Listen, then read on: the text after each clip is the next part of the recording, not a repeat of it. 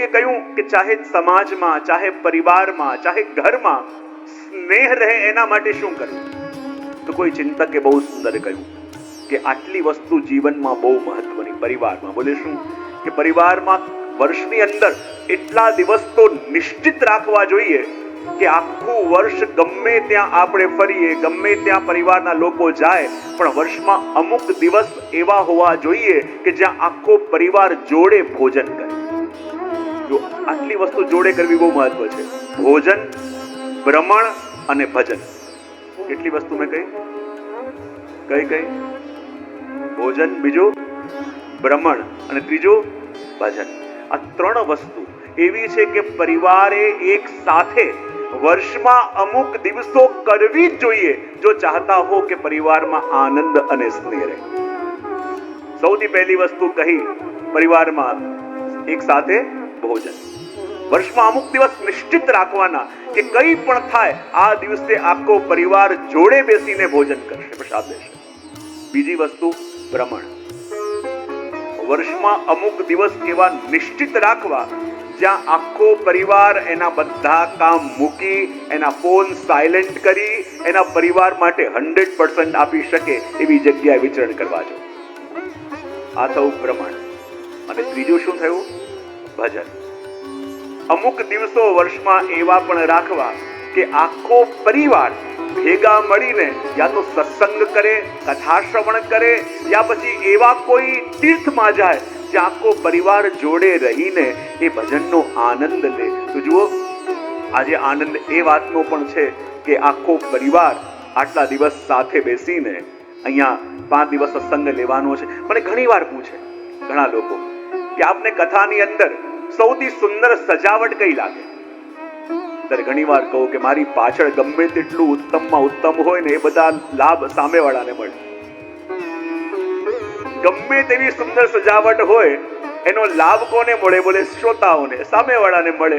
તો મને કોઈ પૂછે કે આપને સૌથી સુંદર સજાવટ આપની સામે કઈ લાગે? મને ત્યારે જ લાગે, હું એમ જ કહું કે મને સૌથી સુંદર સજાવટ સામે ત્યારે લાગે જ્યારે આખો પરિવાર કથામાં બેસીને જોડે કથા શ્રવણ કરે. આખો પરિવાર જ્યારે જોડે બેસીને કથાનું શ્રવણ મારી સામે કરતો હોય ત્યારે મને લાગે સજાવટ આજે અદ્ભુત છે. કારણ કે મને એ સામે દેખાય છે, મારી સામે એ છે કે જેનો આનંદ મને પણ થાય છે કે જ્યારે એક પૂરો પરિવાર મળીને ભગવત કથાનો આનંદ લે છે.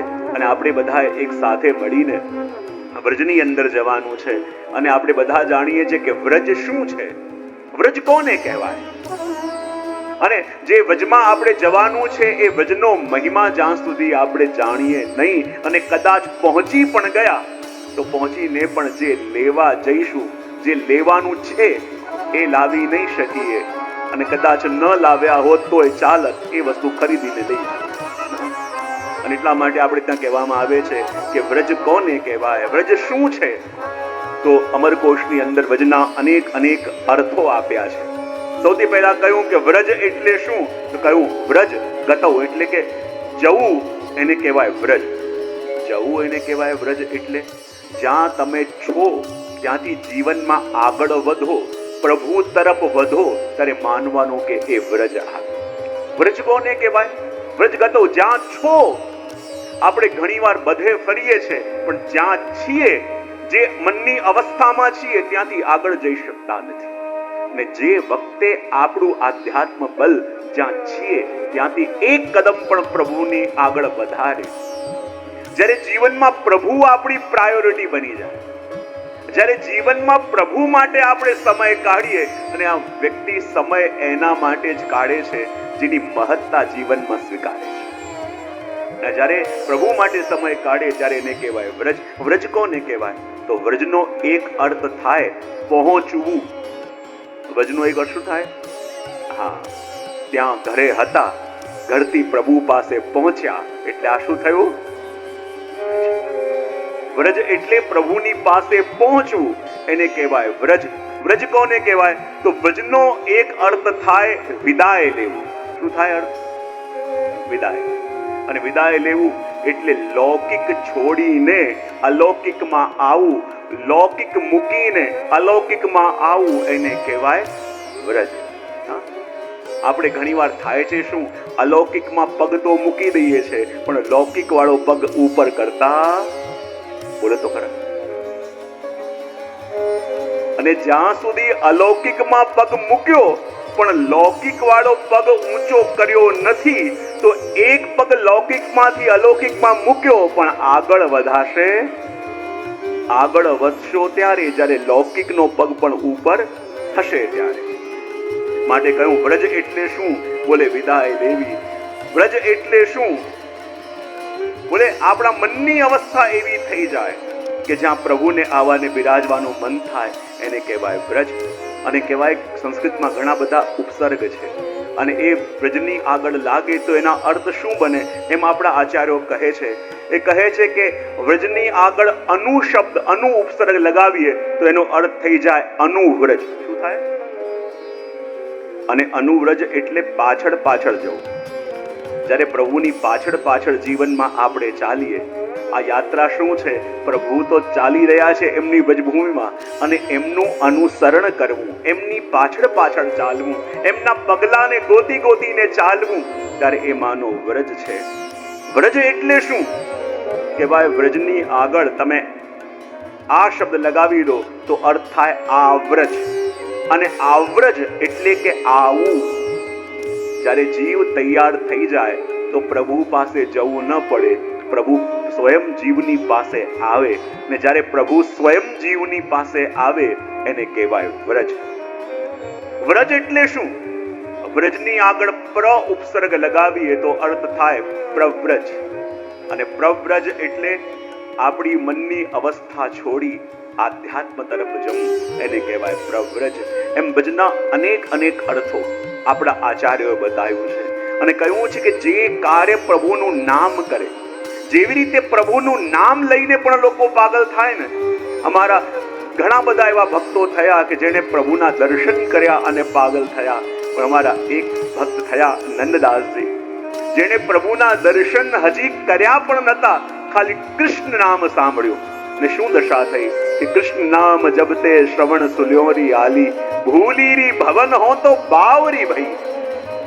જ્યાં કૃષ્ણ નામ એમણે શ્રવણ કર્યું અને એવી દશા નંદદાસજીની થઈ ગઈ કે કોઈ મને આવીને સંભાળો, કોઈ મને લૌકિકમાં ખેંચી રાખો, વરના મને કૃષ્ણનો દીવાનો થતા કોઈ રોકી નહીં શકે.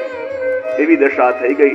ભર ભર આયે નૈન ચિત હું ન પરે ચૈન, તન કી દશા કછુ ઓર ભૈરી, ને તો ભર આયા કંઠ અવૃત થયું, ખાલી કૃષ્ણ નામ સાંભળ્યું. વિચાર કરો, પ્રભુના દર્શન કરીએ અને આવી દશા થાય એ તો સમજમાં આવે, પણ કૃષ્ણ નામ પણ એ કામ કરી જાય કે જે કાર્ય પ્રભુના દર્શન કરતા હોય. માટે પ્રભુનું નામ, પ્રભુનું સ્વરૂપ, પ્રભુના સ્વરૂપના પણ જેણે જેણે દર્શન કર્યા એ પણ પ્રભુના બનીને રહી ગયા. પ્રભુના સ્વરૂપ સિવાય બીજા કોઈનું ચિંતન ન કરી શક્યા. અને એ જ રીતે પ્રભુની લીલા અને પ્રભુનું ધામ. અને આ પ્રભુનું ધામ પણ એવું છે કે જે રીતે પ્રભુનું સ્વરૂપ મોહી લે એવી રીતે પ્રભુનું ધામ પણ મોહી લે. બોલે કેવી રીતે? જ્યારે નંદદાસજી પહેલી વહેલી વાર વ્રજમાં આવ્યા અને સુરદાસજીનો સત્સંગ થયો તો એમના ભાઈ તુલસીદાસજી પરમ રામ ભક્ત, અને નંદાજીની પરંપરામાં પણ પરમ રામ ભક્તિ ચાલતી આખા પરિવાર. અને જ્યારે વ્રજમાં આવીને નંદદાસજી રોકાઈ ગયા અને પ્રભુનું સ્મરણ કરવા લાગ્યા, અને ત્યારે તુલસીદાસજીને ખબર પડી કે આ તો અમારા પરિવારનો છે, આપણા પરિવારમાં તો રામ ભક્તિ રહી છે, તો પછી આ જઈને કૃષ્ણનું નામ કેમ લે છે? એમને પત્ર લખ્યો અને પત્ર લખીને તુલસીદાસજીએ નંદાજીને સમજાયો કે જો મને લાગે છે કે તારું પાતિવ્રત ખંડિત થઈ રહ્યું છે. આપણા પરિવારમાં તો રામ ભક્તિ છે, આપણે રામને પોતાના સ્વામી માનીએ છીએ, તો પછી તારું મન આ વ્રજભૂમિમાં ખેંચાઈ કેમ રહ્યું છે? કૃષ્ણ તરફ કેમ ખેંચાઈ રહ્યું છે? ત્યારે નંદાજી કહ્યું શું થાય? મને ખબર છે કે આપણા પરિવારમાં રામ ભક્તિ છે, પણ હું એ જાણું છું કે મારા લગ્ન તો રામ સાથે થયા, પણ હું શું કરું? જ્યાં રામની પ્રતીક્ષા કરતો હતો ત્યાં ક્યાંકથી શ્યામ સુંદર આવ્યા અને શ્યામ સુંદરે મારું મન એવી રીતે મોહી લીધું કે હવે પ્રેમ મને એનાથી થઈ ગયો છે.